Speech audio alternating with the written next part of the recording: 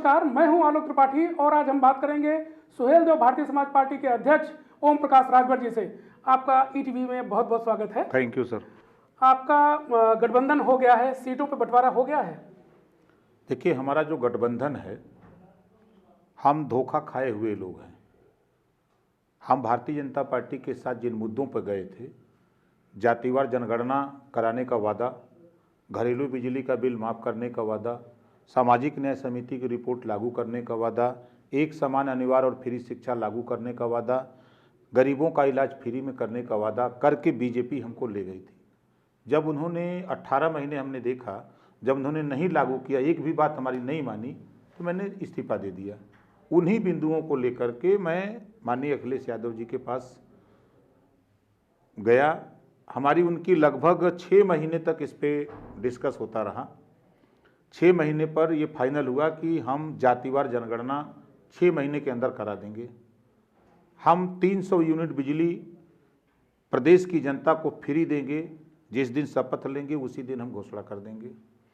गरीबों का इलाज हम फ्री करेंगे।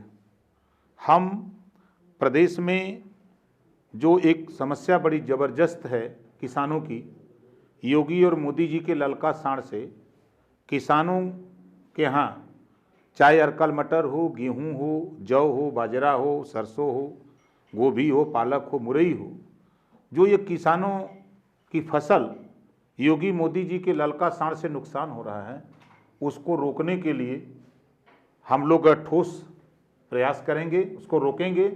और सड़क पे जो दुर्घटना योगी मोदी जी के साण से जो हो रही है, 70% मरीज ट्रॉमा सेंटर में आ रहे हैं, जो योगी जी मोदी जी के ललका साण से लड़ करके आ रहे हैं।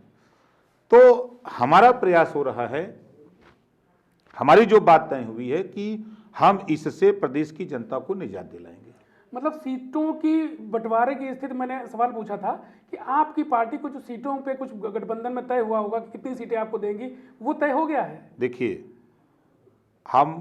हमारी पहला सीट के सवाल पे हमने पहले कहा था कि भारतीय जनता पार्टी को सत्ता से बेदखल करना है, इन मुद्दों को लागू करना है। पहली चीज़ हमने पहले भी कहा था, मेरा सीट का कोई झगड़ा नहीं है।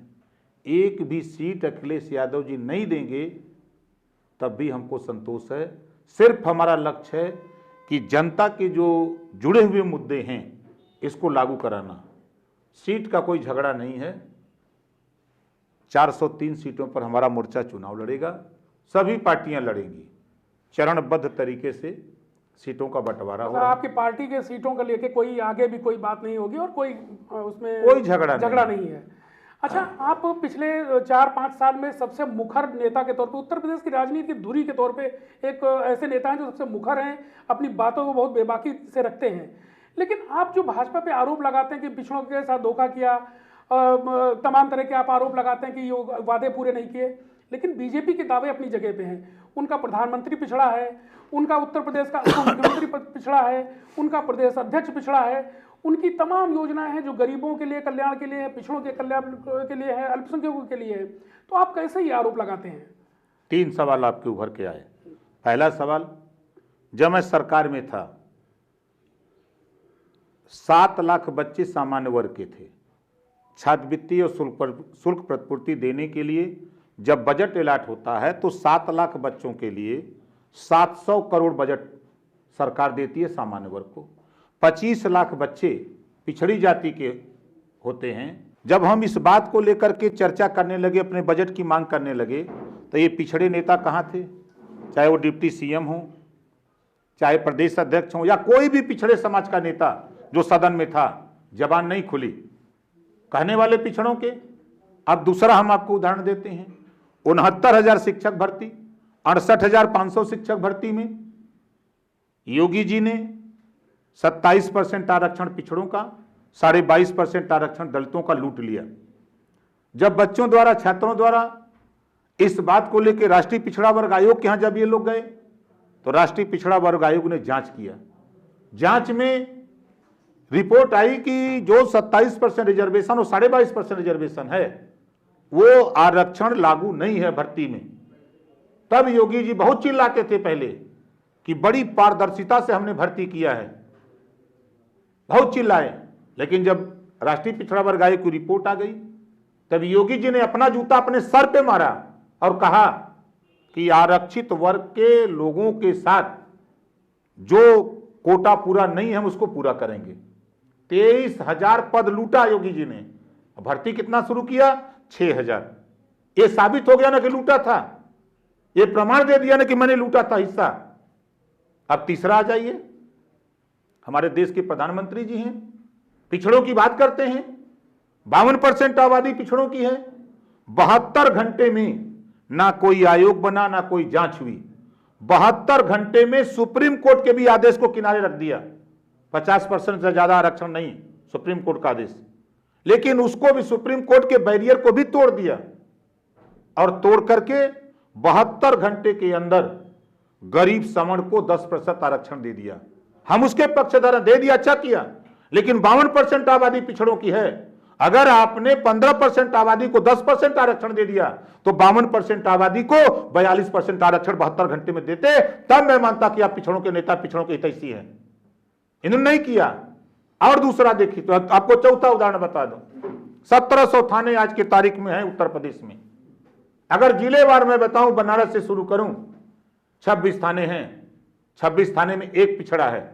बलिया में 26 थाने हैं, एक पिछड़ा है। तो ये भी बता दीजिए कि बाकी कौन है? सामान्य वर्ग के लोग हैं, सामान्य वर्ग के लोग हैं। और जो आप कह रहे हैं उपेक्षा, शपथ लेते ही 1 महीने के बाद योगी जी ने सबसे पहले उपेक्षा शुरू किया ब्राह्मण की। हरशंकर तिवारी के यहां छापा ब्राह्मण होने के नाते, विजय मिश्रा के यहां छापा ब्राह्मण होने के नाते, ब्रिजेश मिश्रा के यहां छापा ब्राह्मण होने के नाते।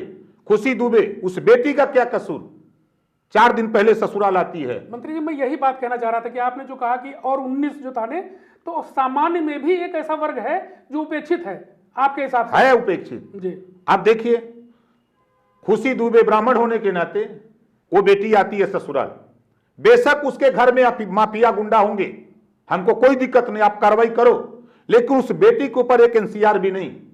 आप उस बेटी को जेल भेजते हो ब्राह्मण होने के नाते। खुशी दुबे जेल में और 25,000 का इनामी क्रिकेट के खेल में। यही है भेदभाव, भेदभाव वहां शुरू किया। उसके बाद 17 साल का निर्दोष ब्राह्मण का बेटा, उसका इनकाउंटर कराया योगी जी ने। एक ब्राह्मण की हत्या हुई थी, पूरे देश से अंग्रेज चला गया, अंग्रेजों के शासन में एक ब्राह्मण की हत्या हुई, पूरे देश से अंग्रेज भगा दिया। 500 से ज्यादा इनकाउंटर योगी जी कराए हैं। तो लगता है कि सरकार को भगा देंगे ब्राह्मण? एक ब्राह्मण के मरने से, हत्या होने से अंग्रेज चला गया, ये कौन है खेत के मूली हैं? ब्राह्मण ना राजा भागे, आइए पिछड़ा 52% ऊंच चिल्ला था न बदले के। अच्छा, इन्हीं पिछड़ों की बात कर लेते हैं। देखिए, आप 19 साल महीने या 2 साल सरकार में रहे, आपकी बात समझ में आई, आपने मुखर विरोध किया और आप उन्होंने पार्टी से जो भी है आपको बाहर किया। लेकिन ये जो नेता अवसर दे के 5 साल सत्ता की मलाई काटने के बाद अब जो सपा में आ रहे हैं, उनके लिए क्या कहेंगे? वो पिछड़ों के नेता भी है, वो भी पिछड़ों के नेता होने का दावा करते हैं। ऐसे नेताओं के लिए आप क्या कहेंगे? नहीं, देखिए, आज के लगभग 2.5 महीना पहले मैंने कहा था कि 1.5 दर्जन मंत्री और 150 विधायक हमारे संपर्क में हैं और आचार संहिता लगते ही उनको पार्टी ज्वाइन करा दूंगा। 2.5 महीना पहले मैंने कहा था, किसी को बताने, कोई मानने को तैयार नहीं। मैं क्यों कहता था? जब मैं सरकार में था तो जब जब पिछड़ों के साथ, चाहे बजट के साथ, चाहे नियुक्ति के मामले पे, किसी मुद्दे पर जब मैं मुख्यमंत्री से लड़ता था, तो जब वो नहीं मानते थे तो जितने पिछड़े नेता थे, दलित नेता थे, सबके यहां दरवाजे दरवाजे जाकर के मैं इस बात को कहता था। राजभर जी, मैं उसमें आपके प्रश्नों के उत्तर पे आता हूं। वो लोग कहें कि भाई देखो, आप स्वतंत्र हो, हम लोग परतंत्र हैं, हम लोग अपने फोरम पे बात रख रहे हैं। 2 साल पहले ही लोगों से पार्टी छोड़वाने के लिए मैंने मन बना लिया, तैयार हो गए। दिल्ली खबर चली गई, दिल्ली से इनको मिला कि पार्टी अगर छोड़ा तुम लोगों ने तो ईडी और सीबीआई लगा के जेल भेज दूंगा, नेतागिरी बर्बाद कर दूंगा। फिर इन लोगों से हमसे कहा ये खबर आ रही है, हमको चुप मर जाओ, अभी पड़े रहो, चलते रहो धीरे धीरे। आपके खिलाफ तो ईडी सीबीआई नहीं लगी, आपने विरोध किया। अरे हम चोर चाई चंडाल थोड़ा हैं, तो मतलब हम भाजपा के नहीं हैं। मतलब बाकी लोग चोर चंडाल नहीं नहीं, हम भाजपा में नहीं है ना कि हमारे ऊपर कार्रवाई कर दें। नहीं, जो भाजपा में थे, आप भी बाहर से आए, जो मंत्री अभी आए हैं सपा में, क्या वो चोर चंडाल नहीं, हैं? वो चोर चाहे चंडाल नहीं है। हमारा कहने का तात्पर्य कि ओम प्रकाश राजभर अपनी पार्टी का मालिक है, वो उनकी पार्टी में गुलाम थे, उनकी पार्टी में वो गुलाम थे। उनकी हिम्मत नहीं कि अपने मालिक के सामने बोले कि ऐसा हो रहा है, चुप मार गए, हमके ठंडा रहो, टाइम आने दो। बीच बीच में बात होती रही, फिर बीच में मैंने जोर कसा कि चलो, फिर उधर से दबाव बन गया कि अभी टाइम है, भेज देंगे। तो हमने कहा जाने दो, आचार संहिता लग जाने दो, 2 दिन के बाद ज्वाइन करना।